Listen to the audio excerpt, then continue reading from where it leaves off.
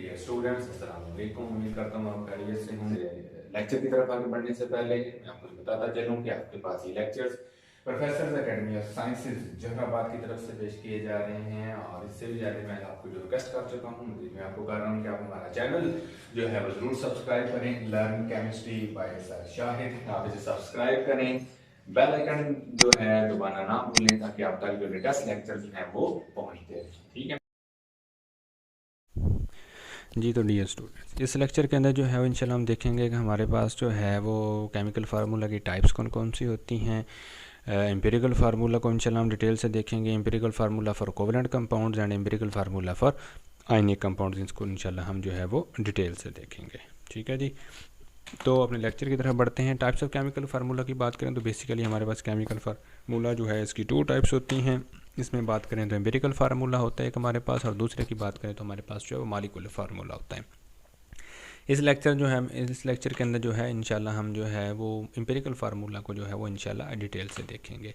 Empirical formula की बात करें तो ये हमारे पास क्या है, simplest whole number ratio of atoms present in a compound. किसी भी कंपाउंड के अंदर जो सादा तरीन निस्बत होती है, सिंपलेस्ट होल नंबर रेशियो का मतलब ही यही है कि सादा तरीन जो निस्बत है उसको हम क्या नाम देते हैं, एम्पिरिकल फार्मूला का नाम देते हैं। और एम्पिरिकल फार्मूला क्या होता है, compound is determined bye knowing the percentage composition of a compound. किसी भी कंपाउंड का एम्पिरिकल फार्मूला अगर आप कैलकुलेट करना चाहते हैं तो आप उसकी परसेंटेज कंपोजिशन को देखेंगे, लेकिन अच्छी खबर ये है कि वो आपकी बुक में डिटेल नहीं है। एफएससी में जाएंगे पार्ट 1 के अंदर, चैप्टर 1 के अंदर ये आपको ये चीज़ डिटेल में मिलेगी कि हम एम्पिरिकल फार्मूला कैसे कैलकुलेट कर सकते हैं। यहाँ जस्ट आपने सिर्फ एग्जाम्पल्स जो हैं उन पर फोकस करना है। तो इसमें सबसे पहले जो है हम कोवलेंट कंपाउंड का जो एम्पिरिकल फार्मूला होता है उसको देख लेते हैं। तो कोवलेंट कंपाउंड की बात करें तो ऐसे उसके अंदर क्या होता है, मसलन हमारे पास सिलिका सैंड यानी जिसे रेत हम कहते हैं वो मौजूद है, तो उसमें हमारे पास क्या होगा, रेशो होती है 1:2, यानी कि बेसिकली ये फार्मूला होता है SiO2। तो हमारे पास ये सिंपलेस्ट जो है ये रेशो है सिलिकॉन और ऑक्सीजन के। हर एक सिलिकॉन के मुकाबले में 2 ऑक्सीजन एटम होंगे आपके पास सैंड के अंदर। इसी तरह हम क्या करेंगे, हमारे पास जो है वो ग्लूकोज आ जाता है। अगर ग्लूकोज की हम बात करें तो इसके हमारे पास जो सिंपलेस्ट होल नंबर रेशो होती है वो होती है 1:2:1, यानी कि बेसिकली हमारे पास जो ग्लूकोज है इसका जो एम्पिरिकल फार्मूला हमारे पास आएगा वो क्या होगा, CH2O। इसमें कोई परेशानी नहीं आपने लेनी कि हमें कैसे पता चलेगा CH2। बेसिकली हमारे पास मॉलिक्यूलर फार्मूला भी अवेलेबल है, आपको याद होगा C6H12O6।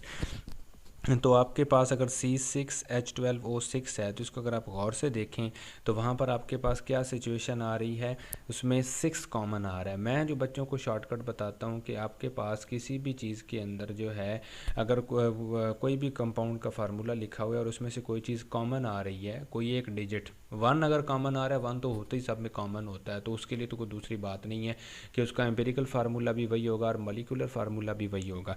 लेकिन इससे हट के बात करें तो हमारे पास जो है जो कंपाउंड ऐसे हैं जिनके अंदर जैसे ग्लूकोज है, हमारे पास C6H12O6 होता है, तो ऐसे सिचुएशन में यहाँ 6 कॉमन आ रहा है। तो मैं बच्चों को ये शॉर्टकट बताता हूँ कि आप यूँ याद रखें, जिसके अंदर आपके पास जो है कोई एक डिजिट जो है अदर देन 1 है, फिर तो बात ही ख़त्म हो गई ना, 1 तो हर एक के अंदर कॉमन आ जाता है।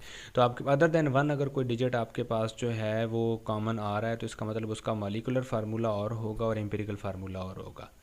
ठीक है, जैसे ग्लूकोज की बात करें तो इसमें C6H12O6 होता है, तो आपके पास जो है यहाँ पर क्या सिचुएशन आ रही है, इसके अंदर 6 कॉमन आता है, लेकिन SiO2 होता ही SiO2, इसमें कोई कॉमन नहीं आ रहा, तो इसका मतलब क्या हुआ, इसका एम्पिरिकल फार्मूला भी यही होगा और मॉलिक्यूलर फार्मूला भी यही होगा। कोवलेंट कंपाउंड के अंदर जो हमारे पास सिचुएशन आती है वो तो इतनी सी होती है कि आप जो है उनकी सिंपलेस्ट होल नंबर रेशो जो है वो क्या कर लेते हैं, कैलकुलेट कर लेते हैं। लेकिन हमारे पास अगर यही चीज़ अगर हम आयनिक कंपाउंड में देखना चाहें तो आयनिक कंपाउंड की अगर हम बात करें तो वो हमारे पास जो है 3 डायमेंशनल स्ट्रक्चर्स होते हैं। इस 3 डायमेंशनल जो स्ट्रक्चर है उसमें अगर हम देखें तो हमारे पास जो बेस्ट एग्जांपल है वो हमारे पास NaCl की है, हम पहले भी इस पे बात कर चुके हैं। आयनिक कंपाउंड की बेसिकली बात करें तो उनके अंदर हमारे पास इंडिपेंडेंट मॉलिक्यूलर फॉर्म में तो वो एग्जिस्ट करते ही नहीं है, बल्कि अभी हम जैसे मैं बात कर रहा था कि हमारे पास जो है वो क्या है, they form 3 dimensional crystal lattice. ठीक है। ये पहले बेस पे हम डिस्कशन कर चुके हैं क्रिस्टल लैटिस हमारे पास क्या चीज़ होती है। तो इसके अंदर हमारे पास क्या होता है, हर एक जो हमारे, ये भी मैं आपको इसका स्ट्रक्चर भी दिखा देता हूँ। तो हमारे पास जो है आयनिक कंपाउंड की बात करें तो वो फार्मूला यूनिट की फॉर्म में चूँकि एग्जिस्ट करते हैं, तो ऐसी सिचुएशन में वहाँ पर जो simplest whole number ratio of ions होती है बेसिकली वो हमारे पास उसका एम्पिरिकल फार्मूला होता है। तो ऐसे सिचुएशन में असल में प्रॉब्लम क्या आता है कि वहाँ पर आपके पास क्रिस्टल लैटिस के अंदर अपोजिटरी चार्ज आयन जो हैं वो मौजूद होते हैं, जिसकी वजह से वहाँ पर आपके पास जो है सिंगल आपके पास मालिक्यूल की अगर हम बात करें तो हमारे पास जो उस तरह एग्जिस्ट ही नहीं करता। मतलब हम यहाँ पर अगर हम बात करें NaCl, हम कहें कि हमारे पास इस तरह जो है एग्जिस्ट करेगा, वो नहीं कर रहा हमारे पास, ठीक है। अब ऐसी सिचुएशन में जब वो हमारे पास इस तरह एग्जिस्ट नहीं करता, तो ऐसी सिचुएशन में हमारे पास बेसिकली होता क्या है, ये 3 डायमेंशनल स्ट्रक्चर जो है इस फॉर्म में ये एग्जिस्ट करता है। और अगर हम इसको हम जो थोड़ा सा रोटेट करके देखें तो ये देखें, ये हमारे पास इस तरह आ रहा है, ठीक है। अब इसमें आपके पास पॉजिटिव नेगेटिव, पॉजिटिव ये नेगेटिव, ये पॉजिटिव ये नेगेटिव है। आप इसको देखें, इसमें ज़रा देखें अंदर वाली ज़रा जो एटम है, सॉरी आयन जो है वो नज़र नहीं आ रहे, तो इसको थोड़ा सा जो है वो हम ज़रा क्या कर लेते हैं, कंप्रेस कर लेते हैं। इसमें अगर आप चीज़ नोट करेंगे, आपको हर एक सोडियम के सराउंडिंग में जो है वो 6 क्लोराइड और हर एक जो क्लोराइड है उसकी सराउंडिंग में आपको 6 सोडियम आयन जो है वो मिलेंगे, ठीक है। तो अगर हम ये देखें, अब आपके पास जो सिचुएशन आ रही है, अब यहाँ पर आप देखें आपके पास ये वाला जो आपके पास जो है क्लोराइड आयन है, इसकी सराउंडिंग के अंदर अगर हम बात करें, ये नेगेटिव चार्ज है, तो इसकी सराउंडिंग के अंदर ये पॉजिटिव एक हो गया हमारे पास। इसको दोबारा से ज़रा आप नोट करें, आपके सामने ये सिचुएशन। अब अगर आप यहाँ पे देखें तो ये क्लोराइड है, तो ये सोडियम है, ये सोडियम है, ये सोडियम है, 3 हो गए, 4 सोडियम, 5 सोडियम एंड 6 सोडियम। तो ऐसी सिचुएशन में प्रॉब्लम ये सिर्फ इसके साथ नहीं है, अगर आप साथ वाले क्लोराइड को देखें तो उसके अंदर भी हमारे पास जो सिचुएशन आती है वो हमारे पास यही आती है, ठीक है। अब मतलब सोडियम को देख लें तो उसमें हमारे पास ये देखें, ये सोडियम है तो ये क्लोराइड 1, ये क्लोराइड 2, ये क्लोराइड 3, ये क्लोराइड 4, ये क्लोराइड 5 एंड क्लोराइड 6। हर एक जो है उसकी सराउंडिंग के अंदर जो है वो 6 जो हैं वो आयन मौजूद होते हैं। तो ऐसी सिचुएशन में हमारे पास जो है जो प्रॉब्लम आता है वो ये है कि आपके पास जो है सिंगल एग्जिस्ट नहीं करते, आपके पास बहुत सारे सोडियम आयन की सराउंडिंग में क्लोराइड हैं और बहुत सारे क्लोराइड की सराउंडिंग में आपको जो है वो सोडियम आयन मिलते हैं। तो ऐसी सिचुएशन में सपोज़ हम यहाँ पे कहते हैं कि ये हमारे पास सपोज़ सोडियम जो हैं ये 32 हैं और क्लोराइड भी जो हैं ये 32 हैं।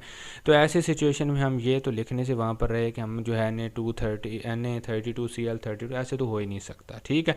हमारे पास ऐसे मुश्किल हो जाता है। तो ऐसी सिचुएशन में हम क्या करते हैं, हम कहते हैं हम सिंपलेस्ट होल नंबर रेशियो, क्योंकि ये हमारे पास यूनिट सेल जो है वो रिप्रेजेंटेटिव होता है होल क्रिस्टल लैटिस का, तो हम यूनिट सेल की जो है वो कैलकुलेशन करके देख लेते होते हैं और वहाँ से आपके पास जो सिंपलेस्ट होल नंबर रेशियो होती है वो बेसिकली उसका क्या होता है, एम्पिरिकल फार्मूला। तो यहाँ पर हमारे पास जो है NaCl की बात करें तो वो हमारे पास जो है NaCl Na भी 1 होता है आपके पास, यानी सोडियम आयन पॉजिटिव जो है वो 1 होता है और क्लोराइड भी आपके पास क्या होता है, 1 होता है, ठीक है जी।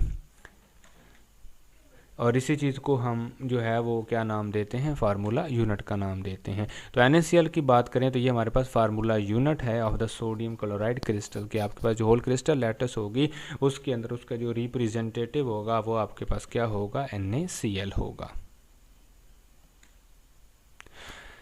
और जो NaCl है ये आपके पास सिंपलेस्ट होल नंबर रेशो आ रही है, मैं पहले भी बात कर चुका हूँ। तो ये आपके पास जो है इसका एम्पिरिकल फार्मूला भी होगा। जो मेन चीज़ आपके पास आएगी कोवलेंट कंपाउंड में, आपके पास जो है वो simplest whole number ratio of atoms होती है, जबकि आपके पास जो होते हैं आयनिक कंपाउंड्स होते हैं वहाँ पर आपके पास जो है ये simplest whole number ratio of ions होती है। वहाँ एटम का वर्ड यूज़ करेंगे, यहाँ पर आइंस का वर्ड यूज़ करेंगे।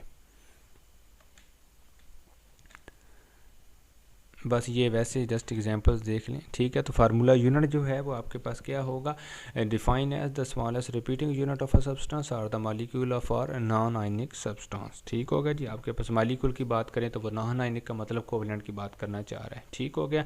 तो फॉर एग्जाम्पल NaCl है formula unit for the ionic compound sodium chloride, ठीक है जी। ओके, अल्लाह हाफिज़।